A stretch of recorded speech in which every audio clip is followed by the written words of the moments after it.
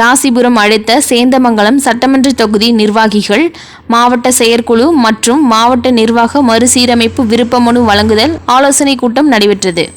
நாமக்கல் கிழக்கு மாவட்டம் ராசிபுரம் அடுத்த நாமகிரிப்பேட்டை பேரூராட்சி சமுதாய கூடத்தில் விடுதலை சிறுத்தைகள் கட்சியின் சேந்தமங்கலம் சட்டமன்ற தொகுதி நிர்வாகிகள், மாவட்ட செயற்குழு மற்றும் மாவட்ட நிர்வாக சீரமைப்பு விருப்பமனு வழங்குதல் ஆலோசனை கூட்டம் நாமக்கல் கிழக்கு மாவட்ட செயலாளர் மும்பை அர்ஜுன் தலைமையில் நடைபெற்றது.